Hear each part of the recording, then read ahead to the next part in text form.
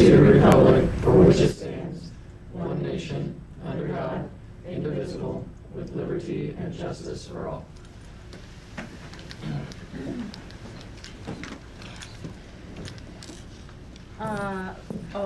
Thank everyone for silencing your cell phones, please. And before I call for announcements, I would like to remind the board of our norms. Be prepared, display integrity, remain mission-driven and goal-focused, stay in the role of a board member, no grandstanding, and speak and listen respectfully. Any announcements this evening? Mr. Fain?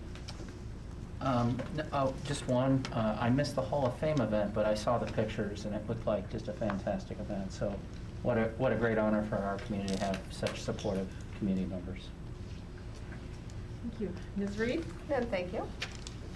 Mr. Klein? None, thank you. Mrs. Woodley?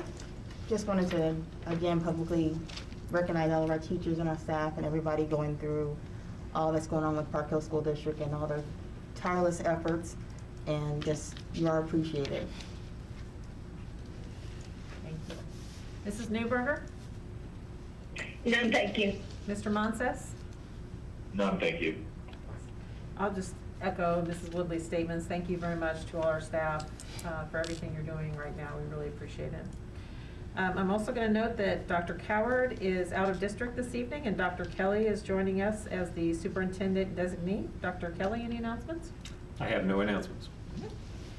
I'll need a motion and second to adopt the January 27th agenda as presented. So moved. Second. I have a motion from Mr. Klein and a second by Ms. Reed to adopt the agenda as presented. Any modifications? All those in favor say aye. Aye. Any opposed? Aye. Mr. Aye. All right. Any opposed say nay. Motion carries 7-0. We'll move to recognitions and awards, and we'll turn it over to Mrs. Kirby. Thank you so much. Our first recognition this evening is of Tim Busenhart. Tim, will you join me up here?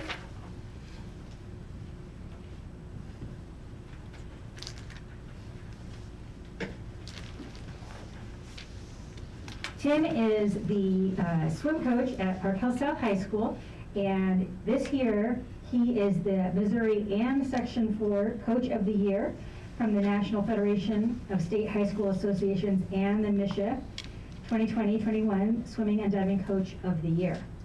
So that is quite a lot of accolades, recognizing all that you are doing for those students at Park Hill South, and we really appreciate that.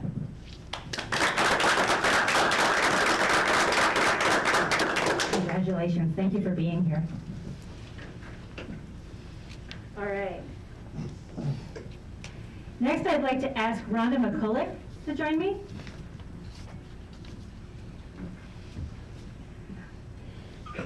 As you all know, Rhonda has been doing a lot to get our nutrition services program through as our Director of Nutrition Services.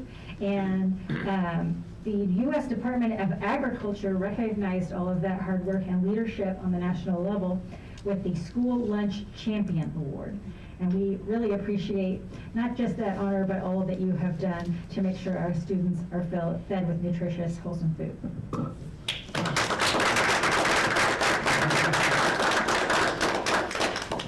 And finally, I'd like to ask Sasha Kalis to join me up here.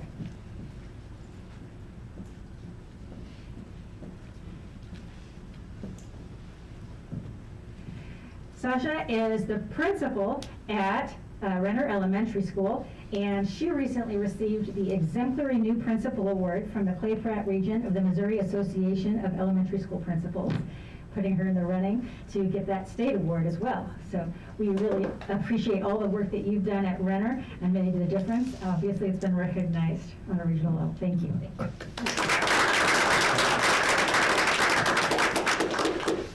Thank you. Thank you. We'll move to public comments. During this part of our agenda, we will receive public comments from patrons attending in person, followed by comments received in writing by the noon deadline today. Ms. Hibbs, I understand we have cards this evening? We have one in person, and then we have received a few by email as well. Okay.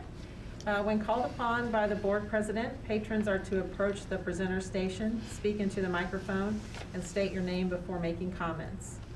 There will be a 3-minute time limit for individual comments and a 15-minute total time limit for all comments combined. The board secretary will monitor the time. In the event the total time limit expires, any remaining registration cards will be provided to all board members. Please direct your comments to the entire board. If a response is appropriate, I will respond or refer to another individual. In an effort to respect privacy, we ask that speakers refrain from discussing personal complaints involving individual staff members or students. All right, our first will be Sharon Ellis.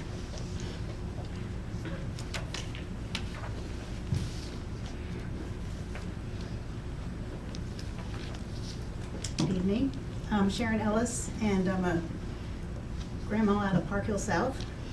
I had a couple of miscellaneous things, and first off, the people that I hang with are just heartfelt thanks to the strength it took to make that decision to just close schools. It left a lot of people that you've always wished were speechless. So, but we thank the board for making that decision. It was a tough one, a strong one, and to echo what you were saying exactly. So I had a couple, I'm a researcher, I try to come here and just state what I have found in various articles. So I have a couple of miscellaneous things I just wanted to read to you. About the N95 masks, there's a sister mask, it's a KN95 also. Be sure that when you're looking at the cloth masks that you pay attention to what someone says about this KN95. It's equally as acceptable. I did notice that having been in and out of the hospital, as outpatient goes, the St. Luke's system, I wore my little logo mask on and they switched it out for this one. They will switch out cloth masks. So they see that they're not effective anymore, and at least to not be inside any building, even the cafeteria, even the outpatient building. An article out of Medscape that's from January 18th. There was a Mayo Clinic example that the visitors may wear this 95 and the KN95. And the article did make a comment that was kind of funny. The agency is catching up to the health experts who in recent months recommend ditching the cloth masks. So there's a little lag between the CDC and the local medical experts. One other one, there's a new study out that is going to look at, in case also of future pandemics, re-sterilization of these N95 masks. All masks were born to cover a healthcare worker for one procedure short term, not days at a time, and not certainly even a half a day. And I know children, some of them in my area, change out the mask at noon and put a clean one on after lunch especially, which does make sense, not a bad idea. So we've had 30 to seconds. Use a decontamination process. We'll make an effective mask for 25 cycles of that. Be watchful also if you get testing done. There's a T-cell test that's also a stronger and more complete test, and it shows the sustainability of these T-cells response. And then also there is a new subvariant out of the Omicron to be watchful of. It's the AB.2. Time. Thank you. Thank you. Thank you. Next, we have Brian Heflin by email. My name is Brian Heflin, and I live in Sunpoint. Both of my children attend Park Hill schools. I have 3 comments for the board. Firstly, I request that we cease levying our mask mandates on a piecemeal timeline basis. The CDC recommends universal indoor masking by all students ages 2 years and older, staff, teachers, and visitors to K-12 schools, regardless of vaccination status. Please extend the Park Hill mask mandate to the end of the school year and leave it there unless the CDC rescinds their recommendation for universal masking. Secondly, for this school year and as long as the pandemic continues, please cease enforcing Missouri state attendance requirements against our A+ students. They should not feel pressured to attend school while sick, and I believe they currently do feel that pressure. Lastly, please extend the mask mandate to our Park Hill School gymnasiums regardless of whatever MSHA may have to say on the matter. As long as the mask mandate is not being enforced in our gyms, there's a glaring hole in our disease prevention protocols. Thank you for your time, Brian Heflin. Next is Elisa Nielsen.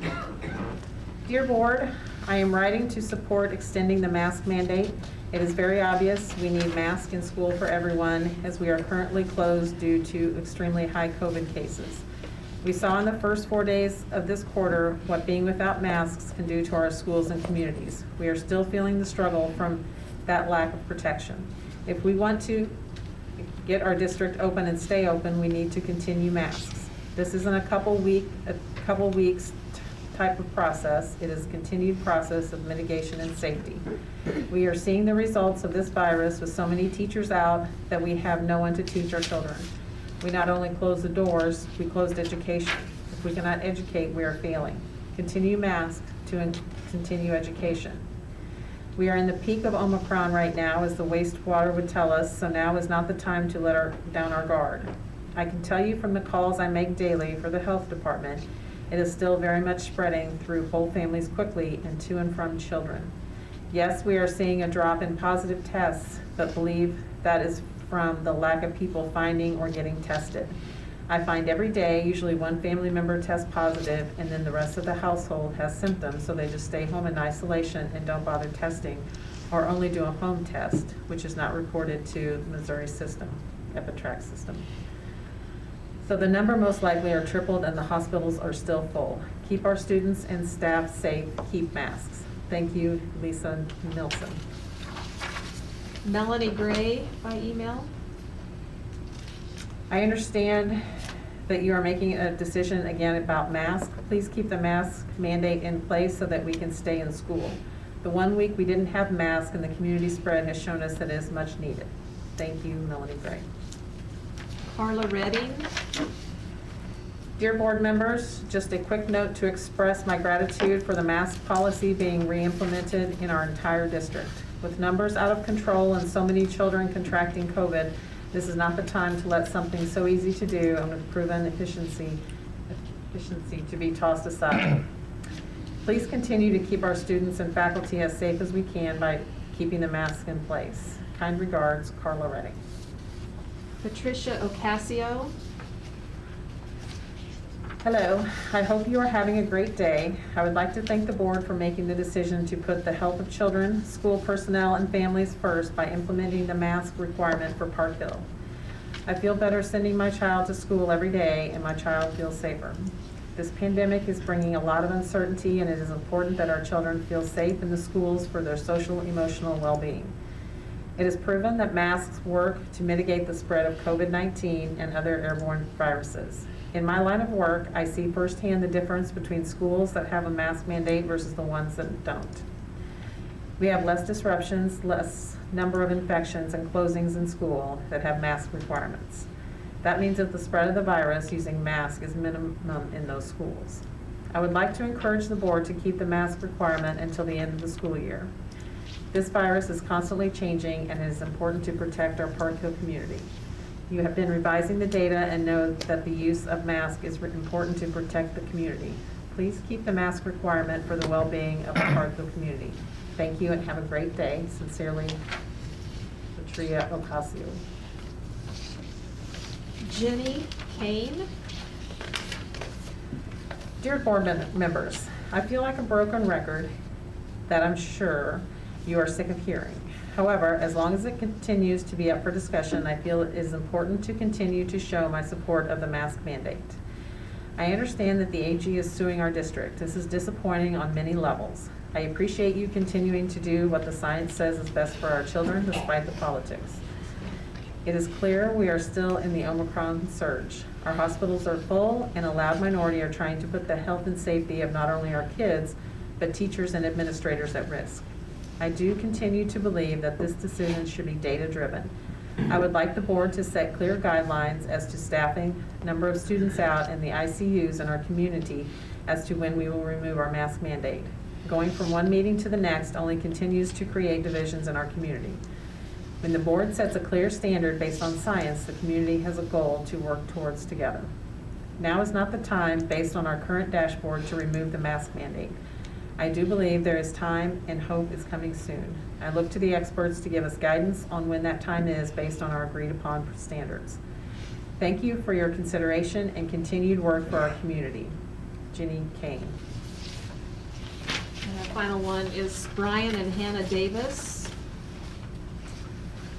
This could all have been avoided. Just 1 week without masks sent us into a month-long spiral of the highest infection numbers and staff outages we have ever seen, culminating in students in classes not learning from the highly qualified educators you recruited and hired to finally having to take days off from learning. Please protect our staff and kids' health. Rights are important, but you have to be alive to have them. Masks are a proven safety measure. We aren't asking for everyone to be vaccinated just to think of others first.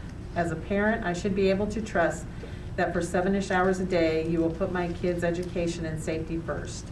As a staff member, I should feel like the hours and money I've poured into my education to be highly qualified are valued and that my safety is protected. In the same way you provide locks on the doors, soap in the bathrooms, and SRO on campus, and gloves for food service employees, please continue to provide the safety measures of masks to prevent against another surge so we can finally get past this disease. Thank you for doing what's hard but best for us all. Brian and Hannah Davis. That's all.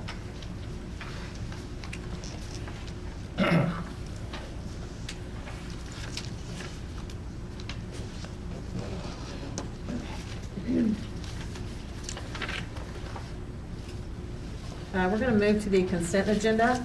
This evening's consent agenda includes items 5.1 through 5.15. Dr. Kelly, are there items that need highlighted?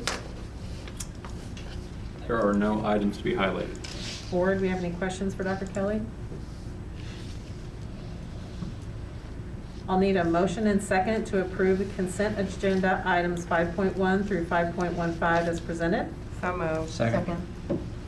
We have a motion from Ms. Reed and a second by Mr. Fain to approve the consent agenda as presented. Any further discussion? All those in favor say aye. Aye. Aye. Aye. Any opposed, say nay. Motion carries 7-0. Our first action item, after that comes recommendation from superintendent regarding pay for Park Hill employees during the January 27th through 28th, 2022 closure of the Park Hill School District. Dr. Keller?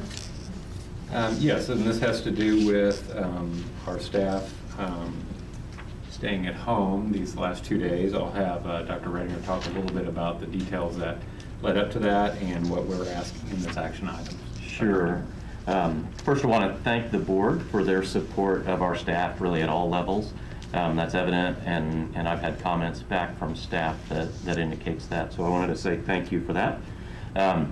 I think the challenges are fairly well documented, but given that they are so unusual and really a first time for the Park Hill School District, probably warrants just speaking about those again. Really, over the last about the last week and a half, we had been seeing just large increases daily in the staff absences, and those culminated at the end of last week when we began to have over 200 of our support staff and certified staff out on a regular basis. And so that led us toward the decision that we've made to close for these 2 days.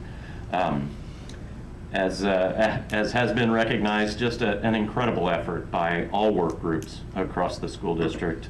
You've heard some of those examples where we've had custodians answering phones for us, where we've had principals in class teaching, district office certified folks teaching every day. And so it's been an incredible effort to take us up to where we are now. But we also felt that the time was right for this closure to help our folks heal. This was I know it becomes difficult to remember, but our routine was back in the early days of the pandemic that when we had a closure and asked to pay staff during that time, that we'd go ahead and place that on the board's agenda. So we're asking the board's approval of that this evening to authorize pay for all of those who were scheduled to work on Thursday, today, and tomorrow.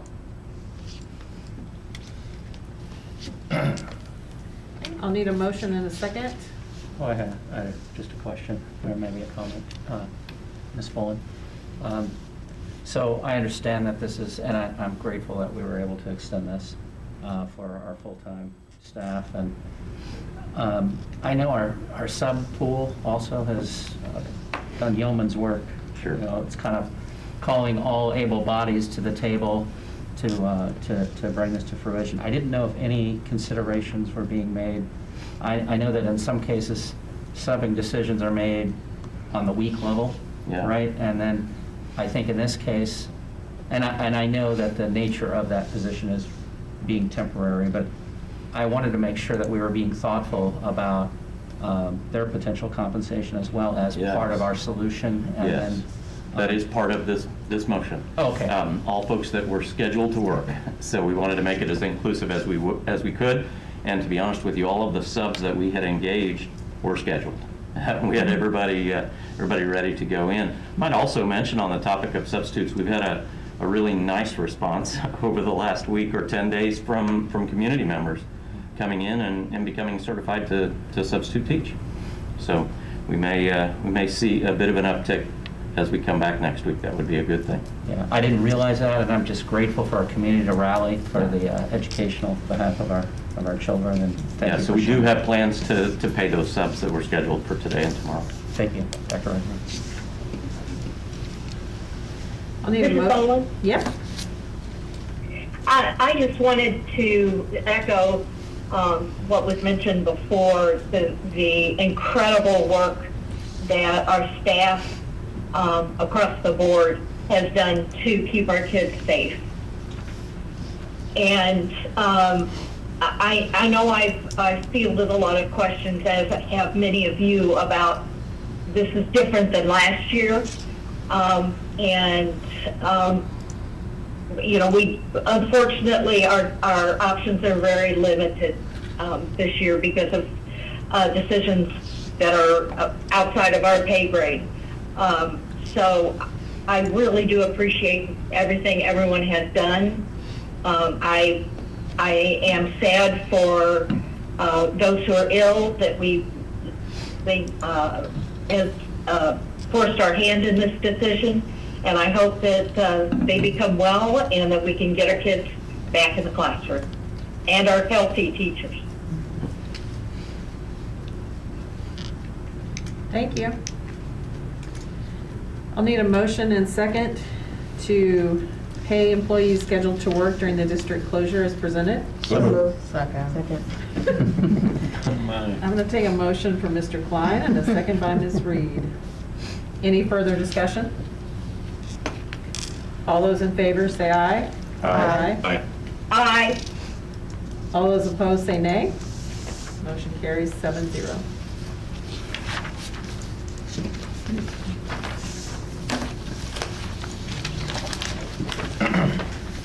We're going to move to information presentations, the budget calendar and assumptions. Dr. Kelly? Yes, so the budget assumption is a process that we have deployed here for the last decade or so, and so we are now entering the time in which we begin to put together a plan, a draft of all of the assumptions that need to be made as we move into our next fiscal year, reminding you that our fiscal year starts on July 1st and runs through June 30th. And so we will use these 6 months between January and July 1st to first plan and then continue to refine throughout our buildings and our programs. The budget calendar that was presented to you is very similar to what you've seen in the past in terms of the cycle. This is an annual process that we deploy. You'll hear from us tonight, and so Dr. Dial, Dr. Redinger, and Dr. Kimmer will each present some budget assumptions that they're using as they begin to work with their staff on budgets in their area. As we move forward into the spring, we'll move into the student enrollment projections and the demographic profile, which serves a basis of both revenue and expenditure expectations for next year.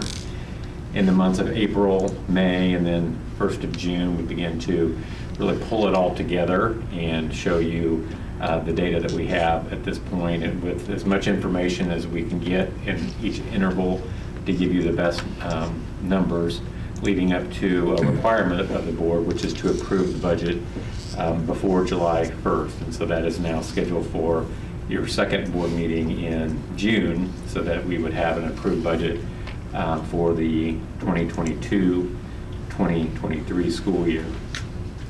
All of that is to say is that it does really highlight a little bit of a timing conundrum that we end up each year, which is when you set your tax rate in August, you actually will have already approved the budget.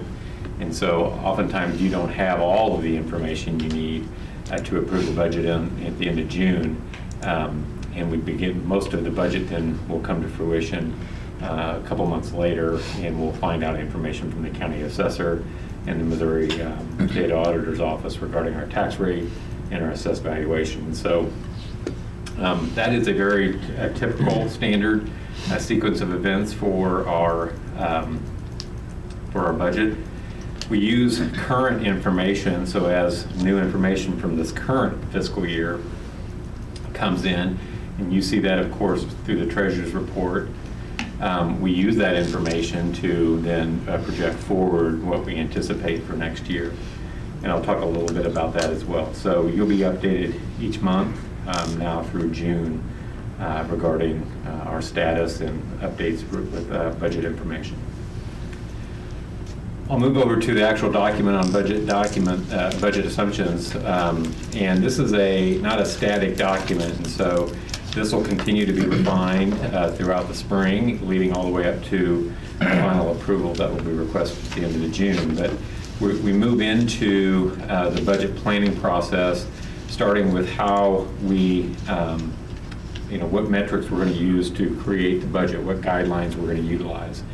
And so for the last several years, we have used these target ranges for fund balance, and primarily in 3 of our 4 funds. The general operating fund, which is comprised of several sub-funds, but ultimately we look to start the fiscal year within a target range of 18 to 22%. That has been a standard we've utilized for quite a while, and that was established by the Board of Education, I think in the early 2000s. And the debt service is a little different in that one of the metrics that we use in Park Hill is really established by the Missouri State Auditor, that we simply cannot have a fund balance in debt service that exceeds the debt that we have to pay. So you can only have a reasonable reserve in debt service. And so that is what we aim for, as to maintaining a reasonable reserve as calculated by the Missouri State Auditor. And then finally, in the Capital Projects Fund, we aim each year to end the fiscal year and begin the next fiscal year with 65% to 85% of the average of the prior 3 years' capital expenditures, so that we have money available for needed projects that come up that we don't anticipate. And we have one of those that's impacting our current budget right now, and I'll talk about that. So if we were to use those metrics and highlight where we're at, or where we started this fiscal year. So on July 1st, this was really where we stood with our status in each of those 3 funds. We were within those targets, or those metrics in each case, and then we move forward from there. And so I'll talk to you a little bit about some deviations that have occurred since the first of our fiscal year that we had not anticipated. The first occurred in August, when we received our assessed valuation information, and we in turn lowered our tax rate.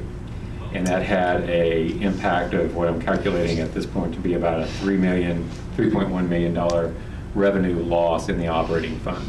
And that was directly tied to the action the board was required to take, which was by lowering the operating tax levy due to the Hancock Amendment. Dr. Kelly? Yes. We didn't actually lose revenue, though. That was just a difference in what had been budgeted. Is that correct? No, that'll be a loss in revenue in the operating fund. there was a increase in revenue in the debt service fund, but we cannot move those monies between. So that would be a loss of $3.1 million in operating revenue. Thank you. In the teachers fund, I am showing a reduction, an anticipated reduction of $2 million. Frankly, it may be more than that, but this is not quite an issue that we see in the operating fund, in that I believe that this is going to be more, not a matter that we're not going to get the revenue, but we're just simply not going to get it in this fiscal year. And so it'll impact our fund balance numbers because we take those, we record those at the end of a fiscal year. But as it looks now, the ESSER 3, particularly the ESSER 3 funds, appear not to be on track for us to receive in the right fiscal year. So the majority of the expenditures will occur in this fiscal year, but we won't get reimbursed for those until next fiscal year. And so the revenue will come, and so it's not a loss of revenue, it's just we'll straddle 2 fiscal years. And so that'll show up on our fund balance information. And then in our capital projects fund, because we'll actually see a slight increase or an anticipated increase in the capital projects fund, and that one of the things we did in August with lowering the operating Fund 1 levy, we increased the capital slightly, and that'll actually generate a little more revenue in the capital projects fund, but not a significant amount. As my response to Mr. Monsis indicated, in debt service is where we will actually see a significant increase in revenue due to a tax levy of 99 cents in that fund. We addressed that immediately by paying off debt. So the revenue that's being generated from that 99 cents went directly into the repayment of debt that you did in October. And so we've addressed the that revenue by being proactive with existing debt. So those are the big shifts that occurred here in the last 6 months that'll impact our budget, this current year budget, and then set the stage for next year on the revenue side. On the expenditure side, the first 2 items here that I'm highlighting deal more with salaries and benefits on the expenditure side. And in both cases, we anticipate a net of about $1.25 million expenditure, less in expenditures than budgeted, and that has primarily to do with the staffing shortage that we've had, including our substitute costs. And so we just simply do not have all of our positions filled, and then when we've had illness, primarily as we've had this month, we've just not been able to fill them. And so therefore we're anticipating our expenditures to be less than we budgeted by around $1.2 million, and that's something we will continue to watch. The other area that we'll want to keep an eye on, and I don't have a firm number on this quite yet, but I'm going to set aside about $1.5 million in capital outlay to address the Plaza Middle School gymnasium. As you know, we're still getting estimates on what the repair to the gymnasium. It's not been used here for a couple months, and it needs repairs to the roof. And so we're still getting information on what that could potentially cost, a couple different solutions, looking at those costs. But this will be a sizable expenditure for us, and one that we did not anticipate, obviously, but it is actually a really good reminder of the need to have capital fund balance for these emergency situations. One question that I have received was whether or not, the bond and levy ballot items that we have scheduled for April 5th election will influence the Plaza Gym, and the answer to that is no. These are independent projects, and so the funds to repair and or replace the gym roof will be taken out of capital fund balance. On debt, as I mentioned, a lot more expenditures there than we had planned, but that was, again, because we received significantly a larger amount in debt service revenue from the 99 cents levy that we have, so we were able to spend about $13 million to repay a debt that we had occurred back in 2017. And so if we were to plug all of the numbers in that I just listed, and this next chart then shows you where we would anticipate landing in each one of our funds, we would just, if all of that comes to fruition with some of the revenue shortfalls and some of the expenditures being less than budgeted, we would still be able to maintain our 18% fund balance in operating the Fund 1. Debt service will be fine. Again, that is going to be actually even higher than anticipated. Again, that has to do with the large tax levy that we, larger than normal tax levy that we have in the debt service fund. And the one area that will take a hit, where we'll begin to fall outside of our target range, will be in the capital projects fund. One thing to note there, though, is that those ESSER 3 funds would be coming. And so while a snapshot of the fund balance on July 1 would indicate that we're outside of the range, if the revenue is coming in the next months, then it would actually then sort of knock us back into the target range. And so that is not something that I would be overly concerned about. That just has to do with more about when we receive it and not if we receive the revenue. So I feel good about that. That would then set the stage for the budget that we're going to prepare for the upcoming year. So I've established these goals, and if you've had any questions or guidance that you'd like to give us in terms of preparing the budget, but we're looking at similar targets to end the fiscal year with as we prepare the 2022-2023 budget. Again, ending the year no less than 18%, 100% of debt for the next 100% of the debt scheduled for the next 2 calendar years, and then no less than 65% of the average capital expenditure in Fund 4. And those will be the framework we'll set.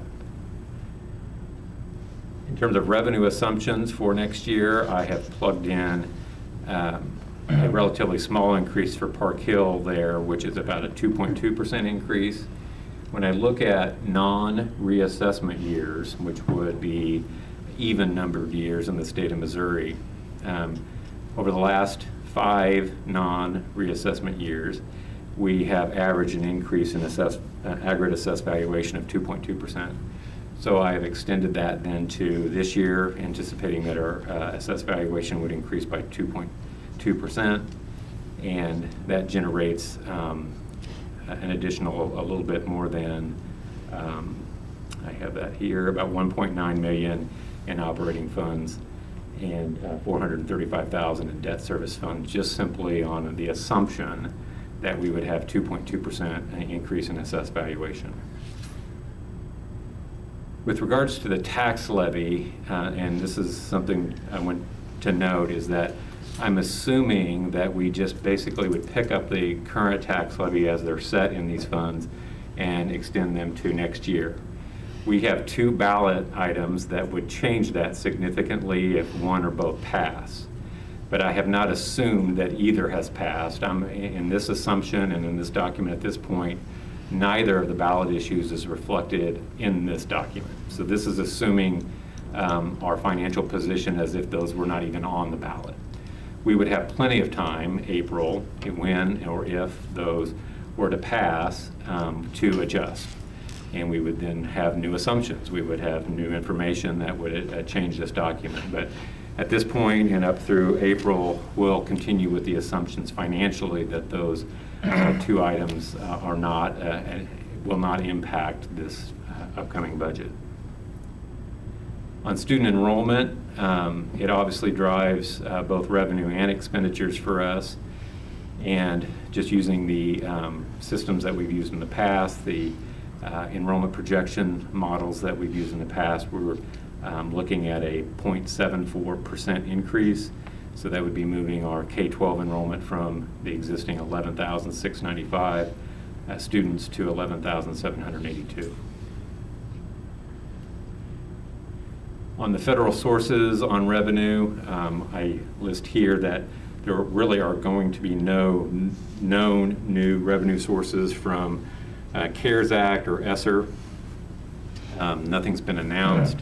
But we might, this is all established based upon receiving money in ESSER 3 that we had originally planned for this year, receiving a portion next year, and that's reflected in that budget assumption.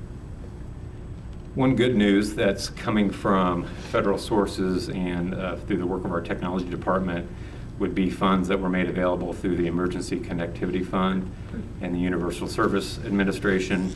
And so on existing purchases and expenditures, we have applied and received notice of funding commitments from the USAC on about $4 million of technology. And so that is new operating revenue that will help to reimburse expenditures that will actually occur this current year. And so there'll be a mismatch between the expenditures and the revenue. The good part of that is that this is these are expenditures that we would have already made. I mean, so these are already planned. So these are not new technology expenditures, but reimbursing us for existing planned technology purchases. So we're looking for additional about $4 million in revenue to help reimburse us for our expenditures in technology. As we move to expenditure assumptions, one thing you know is that we made an agreement with the PH&EA last year as a part of a 2-year agreement on an average of a 3.5% compensation increase for returning staff members. That has already been presented and approved by the board. Using also an assumption here is that we would use the 99-cent debt service levy, if that is what it is in August, to repay debt. And so just like we did this year, we could pay back debt that's extended into 2036 or 2035. We also have planned for the expenditures related to supplies and services to support the enrollment growth that we have planned. And as I mentioned above, using the revenue to pay existing debt early is listed there as well. We have other expenditure assumptions throughout the organization, and I'll just go in order and have Dr. Kimbrell talk a little bit about some of the assumptions and expenditures he is planning for academic services for next year. Thank you. Good evening, everyone. So just to summarize, I know there's a list here, and you can read through that. There are basically 4 buckets in which academic services is organizing budget assumptions that we presented to Dr. Kelly. That's in CSIP implementation, so what follows our strategic plan, curriculum implementation.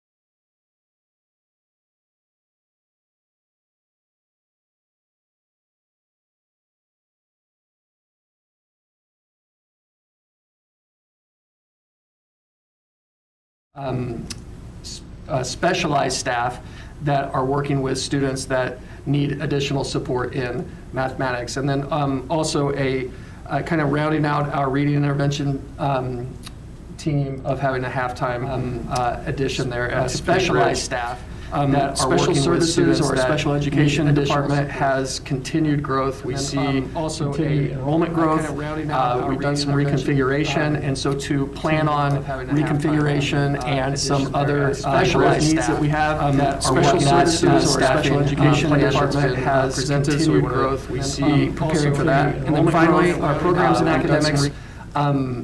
One presentation you heard 2 weeks ago from Dr. Courtney was about the transition of our Park Hill Online Academy. And with doing that transition, we would actually be reallocating staff. And so Dr. Rettinger, that kind of works together with Human Resources and the budget assumptions that happen in his department. And then we also, if you remember, we had a conversation actually at our last board meeting about what are our ideas around supporting students that are online. And we are going to be putting resources toward staff and personnel to be able to make sure that our students that are online and using that third-party vendor are able to be successful. Finally, one of the things that we're looking at from a programmatic standpoint is we are watching LEAD very carefully. LEAD has gotten to the point where we're at least, we don't think it's going to be over capacity, but it's definitely full right now. We do house our professional studies program in LEAD, and so we are just watching that to see if we need to be considering another placement with that particular program, because LEAD is pushing 700 students now. So that programmatic decision could result in looking at resources for space on where we would need our professional studies to be housed. And that's all I have for academic service. Dr. Rettinger, we're talking a little bit about human resources. You bet. What's interesting is that a couple of the main headlines from building the staffing budget assumptions for next year have already been mentioned. And you'll see there that first bullet that speaks to the level of growth that we plan to staff for next year. The process that I undertake for that is that beginning typically in December of each month, I meet with each principal and the department leaders of the various operations of the district, and we talk about staffing needs. So that process is well underway. We've continued to meet with the principals and talk about the forecasts and where we think staff will need to be deployed for next year. The other large headline is the one that Dr. Kimbrell just mentioned, and that is a big headline for the staffing budget next year, for us to regain approximately 10 full-time equivalent teachers that were deployed this year into online academy teaching. Those folks will go back into the positions that they taught previously, and so what that does is frankly results in quite a bit of flexibility as we build the budget for next year, and I would expect a fairly conservative growth to the workforce next year. As Dr. Kelly also mentioned, a feature of the expenditures for this year's budget has been unfilled positions. Those will remain in our budget, and we will move forward with the hope that we can fill those positions as labor market begins to ease, and hopefully we return to 100% staffing like we've experienced in most of the past. Again, Dr. Kimbrell mentioned resource staffing and special education needs. Those are, of course, a big feature of each year's budget, and Dr. Daniels and I meet really continuously. If I meet once with a principal, typically I meet about 5 times with Dr. Daniels, just because the special needs staffing begins as a process this time of year and usually completes over the summer as we approach the first days of school. It's variable and changes all the time. So another large area that we will take on. So in effect, my report from the human resource side of the staffing budget is really rolled into the comments that you've heard from Dr. Kelly and Dr. Kimbrell. In operations, you will see that we will prepare a pretty scaled back capital improvement plan that'll focus primarily on maintenance cycle items. And so these become fairly routine. You saw some of this, particularly around rooftops, actually on the consent agenda tonight. This is fairly standard, and we attack these early so that we get favorable pricing for planning, but most of this work will occur in the summer. We have a plug value on utility costs of 3%. That will obviously be something we just continue to monitor as we work through the spring, and if we need to make an adjustment to that, we can. The board has approved a contract already with First Student for a 2.5% increase for next year on student transportation. And so those will all be worked into the budget assumptions for next year. In technology, similar to a capital improvement plan, these are all maintenance cycle items and not really expansion or increase in overall technology equipment. Some of the technology that was originally planned for next year, because of that reimbursement and the time frame around that UCF funds that I mentioned, actually will require us to make the expenditure a little earlier. And so some of the technology that had been planned for next year actually will be ordered in this fiscal year, with our hope that we will receive them. Now that's going to be maybe difficult and a challenge in and of itself, just with supply chain issues. But the intention will be that we will have ordered those this year, and then we'll receive the reimbursement next year. If that is true, then these would be the major maintenance cycle items within technology, which is staff desktops, some network switching equipment, and classroom AV. And that would be a significantly lower overall expenditure than we've seen in previous years. Dr. Dial? Yes, so in Quality and Student Services, we are anticipating and budgeting for an increase in the need of off-duty police officers at public events. We also are going to work on revising our crisis teams and support that with professional development. The Missouri Quality Award in QA, the Missouri Quality Foundation that you might remember, is no longer. They've been absorbed by the Quality Texas Foundation, so it's more of a regional consortium. And so we are actually right now in the midst of working on our application for that. That will take place. Their timelines are different than what we're used to, and so that application is due in August. So we'll be budgeting for a possible site visit related to Quality Texas Foundation and that work. Also, volunteer screening costs have increased, and so we will be budgeting for that with that new process. And then we'll also be budgeting for our continued partnership with SOFIX Solutions with our DEIB Council.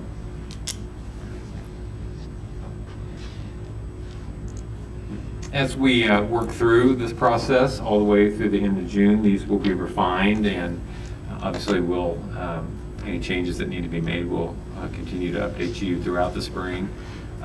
If you have any questions or any ideas on different directions that you would like us to consider, this would be the time to maybe kind of start those conversations, and then we can make those adjustments in the upcoming weeks. So, any questions? Yeah, I had a quick question. In the media, quite a bit recently is the concerns about inflation. I know that you said that you're be monitoring this on an ongoing basis, but could you talk about that a little bit? I see, energy prices and perhaps a lot of our supply expenses could be dramatically impacted. Yeah, one metric for that, I think you were maybe referring to the operations side, yeah. One metric for that is when paper is a good indicator for us, and just the amount of paper products that we order and bid in bulk, obviously. And so some of that has already been worked into allocations made at the building levels. The schools actually are budgeted for most of the paper costs, and we have seen significant increases beyond 2.5%, 3% on those costs. And so those have been worked into the allocation. On utility costs, what might be interesting on it is that during the pandemic, as one of our mitigation strategies, we've actually increased the amount of fresh air that is moving through the buildings in which we have almost every bit of our energy management in terms of bringing set points down during off hours have been decreased. So if we can move past the pandemic, we may actually, that has driven our utility costs up the last 2 years. If we can go back to more of an energy management style, we might see some savings there that could offset any of those increased prices. At this point, we'll continue to monitor that. That'll be a 3% increase on whatever our actual is this year. But yeah, like you said, we'll just need to stay on top of that to see what the impact is, and we'll obviously have more information as we move through the winter and then into the summer. Sure, and I know you used copy paper as an example. We're still part of that broader consortium. Right, we lead that consortium, yeah. Yeah, okay. I had a question about, as I read through this before the meeting, under the special services, we talked about bringing on another full-time employee for impaired specialists and assistive technology. How is that bringing on, since you said we outsource a lot of services, how is that affecting the efficiency? If we're able to bring in more people, is that helping our outsource costs go down? I mean, how has that, are we seeing a big change in that as far as budget-wise? Yeah, I'll have Dr. Kimball take that. Yeah, that's kind of a unique position in which we had a visual specialist for our district retired just recently here within the last couple of years. And we've also seen an increase in the number of students needing that support. And so we replaced that position, and that particular person saw an increase in the caseload enough that we were starting to have to outsource that work to make sure that we were in compliance with meeting those students' needs and meeting their IEPs. What we did, we see enough efficiency to make this actually a kind of a combo position, because the other thing that we are seeing is we have a full-time staff person that works with our assistive technology. That assistive technology has grown so much that we now have over 270 students that need a device for some sort of either communication needs or other needs that they would have relative to a disability that they have. That is a tremendous number of devices to keep up and running and going and working with those students and teachers and technology department, that we saw an opportunity to find an efficiency here of putting a staff 1.0 staff member that would be both doing assistive technology and vision specialist, because of the increased needs that we see relative to our special needs population. So is that going to be one person doing both those? Well, there'll be one person that is a vision specialist that's already in that position, one person that is a assistive technology already in that position. This person would be then kind of like the 0.5 to help support those two positions. But it's one person doing half of each or two Correct, part-time? yeah, so essentially our idea would be that assistive technology now would be 1.5 FTE. Currently it's 1.0, and it's too much for that 1.0 because of the number of devices. No, I understand that. I'm just saying that's going to be one person, not two part-time people. That's our desire, yes. Is that hard to find someone? It might be. It might be. I think that what we will be looking for is, first, the hardest to find would be the vision specialist. And once we find the vision specialist, I think that we've watched our special ed staff be very flexible and able to kind of learn, and many of them have been trained in ways to assist in ensuring students have those assistive technology devices. So that would be our plan if we needed to do, half and half. Finding a half-time person in those specialized areas is also very difficult. One of these on here was approved by you, was presented to you, the instructional support position was presented last year. We never filled it. We never, because we just couldn't find a qualified person. It was late, in which we made that decision. And special education, just like all staffing, but maybe even more so in that particular realm of our organization, very, very difficult to find those specialized professionals.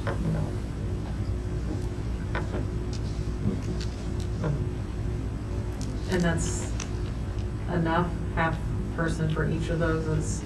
That's what we believe right now. I know that Dr. Daniels is working with his staff to ensure that we're supporting them as much as possible. I know that if we saw where there was more, we might be coming back to looking at possible additions there. This is what we think we would like to start with. Dr. Dial, I had a question on volunteer screening. I know I've heard about this before, but can you elaborate a little bit about how much those costs have increased? Oh, you're putting me on the spot on the actual number on that one. Oh, sorry. So what we used to be able to do in the past was to do kind of what we would call it around here like a simple screening, and that cost was fairly minimal to be able to do. Nicole, help me. But now we have to run the full background check, and so Nicole. So before we were doing a screening that checked the child abuse and neglect registry, and the highway patrol ran that for free. That system has changed now. A different state organization does it, and now it costs money. But also the state has passed a law that says that we have to do the full criminal background check, which costs $52. It's the same one that we do for our staff. So I believe it's $52. So that dramatically increases the price.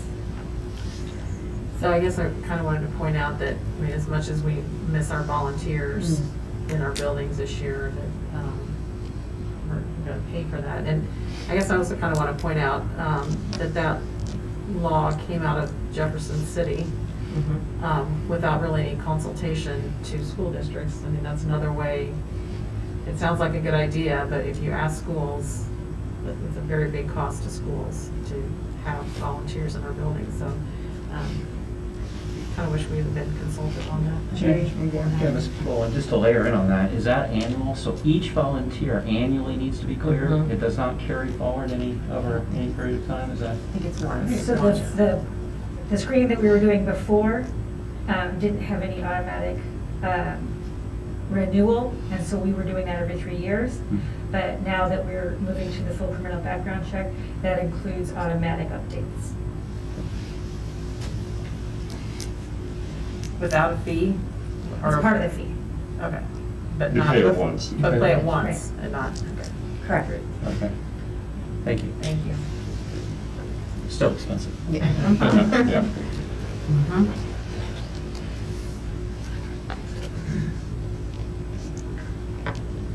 Any other discussion? Thank you all for that information, and we will look forward to our monthly updates with additional information. Our next item is our discussion around the review of our mask mandate. At the January 7th special meeting of the board, we voted to reinstate the mask mandate for all Park Hill facilities effective January 9th through February 3rd, 2022, and to review the data at our meeting this evening. We'll review information tonight provided by administration, and following that, we can have a discussion and take action on the mask mandate if desired. Good evening. Can you guys hear me okay? Okay, so this first chart, I just kind of want to point out, this is our total number of cases since the beginning of this school year. We've had 2,271 positive COVID cases. I want to point out that this is a large number, but over half of that, 1,360 of those positive cases have occurred in the last 3 weeks. 1,892 of those have been students, and then 379 are staff. This next chart, you can definitely see where we have hit that Omicron surge this last 3 weeks. We have seen the highest numbers we have ever seen since the pandemic began. The most important numbers that you want to focus on over the past 3 weeks are those light blue numbers. That light blue shows our positive staff cases. So last week we had 102 staff members that tested positive for COVID. And again, those are the highest numbers we've seen since the beginning of the pandemic. Some slightly good news, we looked at the data at the end of Wednesday, and our numbers did look like they were trending significantly down this week, but we will not have that full data until probably Tuesday of next week since we are off. And then this chart represents our Park Hill community data. That orange line is our Park Hill community. That is all of our students and staff. Keep in mind, there's always such a big gap, and we talk about this every time we look at this slide. There's a huge gap between our Park Hill community and our community within our school district that we use zip code data. There's several reasons for that. The blue line represents data we get from our zip code areas from Kansas City and Platte County Health Departments. There's a little bit of a lag in that data, so that's why you see that kind of trending up where we're trending down. A few other things that affect this number is with our zip code data, our health departments do PCR testing, and that's what's entered into their system. They don't, in order for them to account for a home test, someone would have to call in and let them know. So we do accept home tests in our data, and then also we include staff in our data, and we know that about 46% of our staff live outside of our Park Hill community. A little bit of a positive note, last time we talked about our antigen testing site that our BioNext Now antigen kits were running low. We did hear from the state we will not be receiving any more of those kits. We had stopped testing students and we left what was left for symptomatic staff. We figured we will run out probably by Monday or Tuesday of next week. On the positive side of that, Department of Health and Senior Services is partnering with Ginkgo Bioworks, and they have already sent us some PCR saliva tests that we will be able to use. So our nurses in our testing site have already started that onboarding process, and we hope to be able to bring back testing for students and staff by the end of next week, or hopefully that second week in February. What is the number of tests they've given you? Is it keeping up with the demand, or is It it is just? significant. This time they sent us a little over 3,000 tests. Okay. So we Good. will have plenty of tests once we get it up and running. It's a little bit different being PCR, so there will be a little bit of a time delay. It won't be a quick 15 minutes, here's your result. It's a spit test because they use saliva, and then we will send it off. A courier will pick it up each night, and then it's about a 48-hour return on the test results. It's about the same amount of time, however, because our antigen test, remember, we couldn't test staff till they had symptoms for 48 hours. With the PCR, we can test them at symptom onset, but then it does take about 48 hours to get the results. So I guess one of my questions about our numbers is,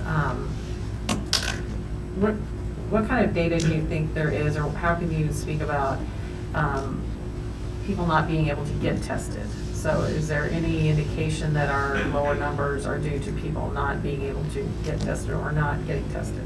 Absolutely. There has been insufficient testing all around. I think Children's Mercy even shut their testing site down for a while.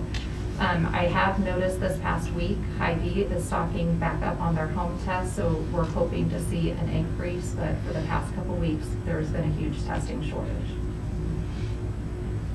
And then what could also affect our data this week is being shut down, we may not have the number of reported tests that we normally would. So if you just encourage all students and staff, if you do test positive between now and Monday, please call your school and leave a message on the nurse's health room line, and we will get those numbers reported for our data.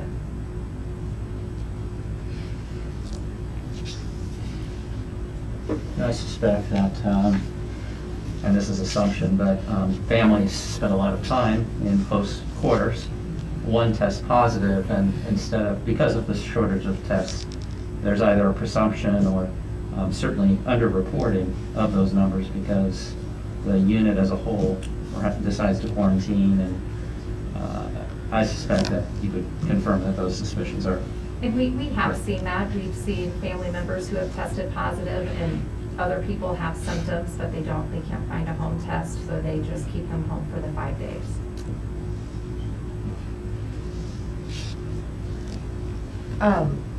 Ms. Mullen, I don't know if you have it in your notes there, our current masking mandate, it runs through February 3rd, which is a Thursday, I believe, is that correct? Okay. Yes, we chose that one to coincide with Kansas City, Missouri, one that they had in place.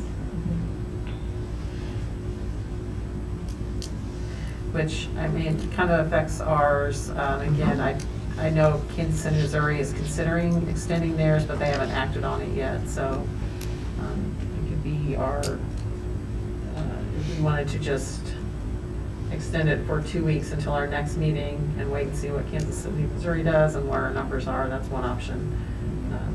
Or we can put it in place longer if that's the board's wish. I would like to go ahead and make a motion that we extend our current masking mandate to Friday, February 11th, which would take us up to our next meeting and also through what the Kansas City City Council would do next Thursday. I'll second that motion. Thank you. Okay, I have a motion and a second. Motion by Ms. Reed and a second by Mr. Fain to extend our current mask mandate through Friday, February 11th. Is that correct? I guess. Okay. Sorry, you can't see my reaction because I have one item. Any further discussion? I guess I would like to note too that, we can continue to see pleas from our healthcare workers and hospital staff that are, even though some of the numbers are dropping and, supposedly this variant is easier on some people, that our hospitals are still kind of overflowing and our healthcare workers are maxed out as well. So just as we can feel that strain here, I want to be mindful of their commitment to the work as well, so. Ms. Boland? Yes? I would just like to add into that, we believe in following data, and I think that Mrs. Saylor's data would confirm that there is, it's for the same reason that we needed to reinstate the mask mandate, that those needs are still there. Great, thank you. Any other discussion? All those in favor say aye. Aye. Aye. Any opposed say nay. Nay. Motion carries 6-1. Thank you for Ms. Saylor, appreciate your report.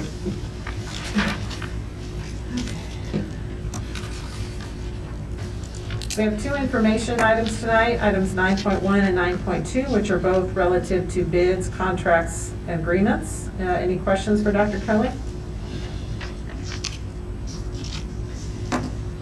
We have policies this evening that will require board action, items 10.1 through 10.4. Mr. Fulgham is at the table. Do we have any questions for him?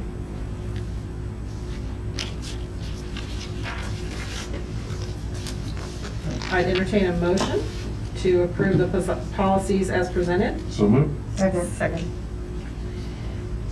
I have a motion for Mr. Klein and a second by Mrs. Woodley to approve the policies as presented. Any further discussion? All those in favor say aye. Aye. Aye. Aye. Any opposed say nay. Motion carries 7-0. We'll move to public comments from the posted agenda. If there are any patrons that wish to address the board regarding items from tonight's posted agenda, you can approach the speaker's station.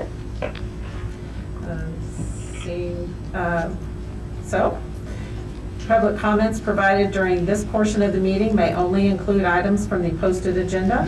There will be a 3-minute time limit for individual speakers and a 15-minute total time limit for all speakers combined.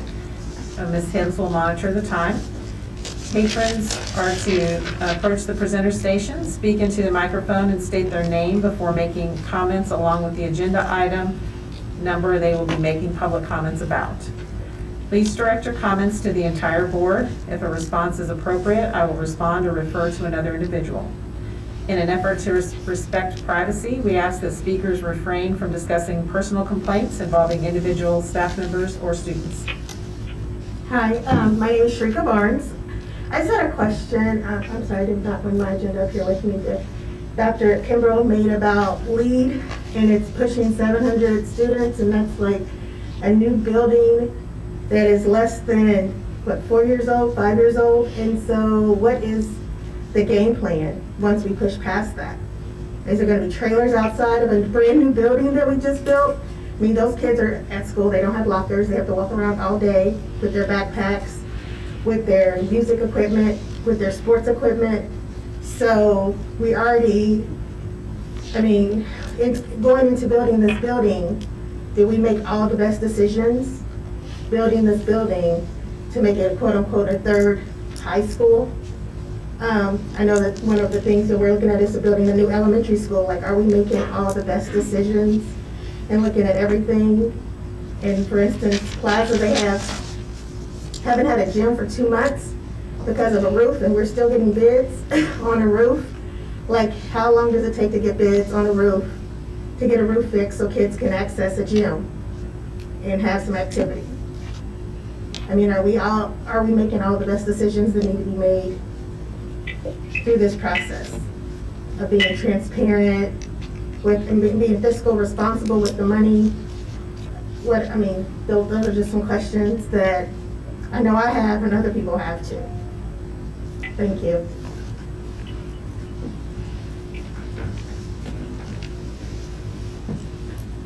Thank you. Any other public comments? We'll move to board member reports and requests. Ms. Newberger? Mrs. Newberger? Yeah, well, yes, I think I'm on. You're on. I would just like to thank the board for the opportunity to attend the meeting remotely. I know that, like many of our other district families, we have to make decisions based on health, and my 95-year-old parents are staying with me right now. And so I do appreciate the ability to meet with you and not expose them to anything. So thank you. Sure, thank you. Mr. Monses? I have nothing to report. Ms. Swidley? None, thank you. Mr. Klein? None, thank you. Ms. Reed? None, thank you. Mr. Fain? None, thank you. I don't have anything either.